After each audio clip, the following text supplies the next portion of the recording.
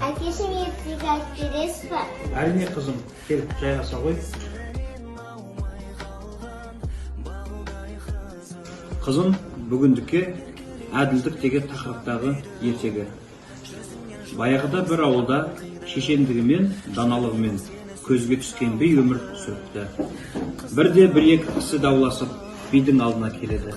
Біреуі егініме сиырма жіберіп, бидайымды жегізді, бала-шағам аш қалды десе, екіншісі егінін қоршап қоймай ма, сиырдың не кінәсі бар дейді.